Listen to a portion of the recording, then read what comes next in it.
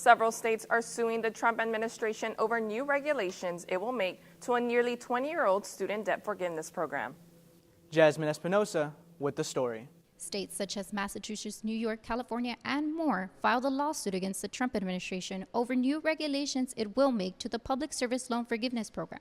The lawsuit filed on November 3rd argues the new regulations for PSLF violate the First Amendment and states' rights protections, as well as a due process clause. Employees who work for qualifying employers or organizations can use PSLF to waive student debt. Some public service jobs include nurses, public school teachers, public safety, and government workers. In a document from the Department of Education released on October 31st, the regulation states, if any employer or organization is involved in illegal activities, employees will no longer qualify for loan forgiveness to prevent taxpayer dollars from being, quote, misused. Illegal activities is described in the document as aiding or abetting violations of federal immigration law, engaging in chemical or surgical castration of children, engaging in the trafficking of children to another state for emancipation purposes, supporting or engaging in terrorism or violent influences against federal policy, engaging in a pattern of aiding or abetting discrimination.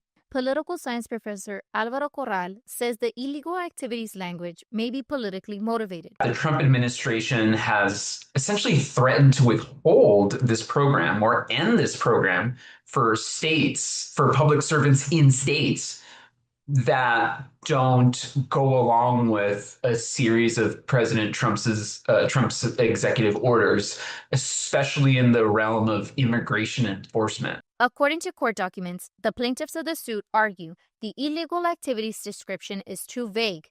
Corral says these new regulations give the administration the power to decide what is considered illegal. Illegal activity can be a catch-all for whatever the Trump administration says is illegal activity, right? That's one way to sort of, again, broaden the ability to withhold some of these funds by,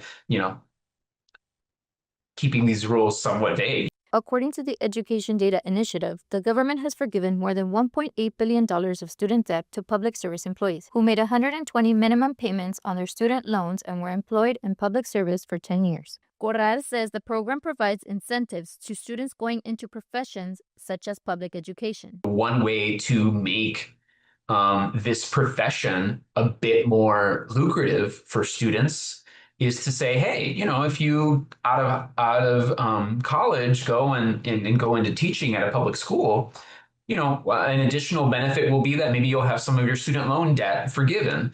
That as a sort of benefit is now being called into question, right? Now, all of a sudden, your ability to be a beneficiary of student loan forgiveness is dependent upon, the decisions that are sort of out of your control as a person. Education senior Daisy Guillen says that there should not be a change in ideology in order to qualify for the forgiveness loan. Why should children and all the adults in the community have to suffer over the change of ideologies? Like, there is no need for all of us to be the same.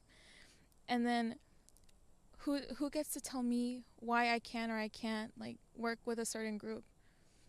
There's nowhere that states that, oh, you can't do this. Where does my freedom go? The ruling is expected to begin July 1st, 2026. For KVAQ TV in Brownsville, Jasmine Espinosa.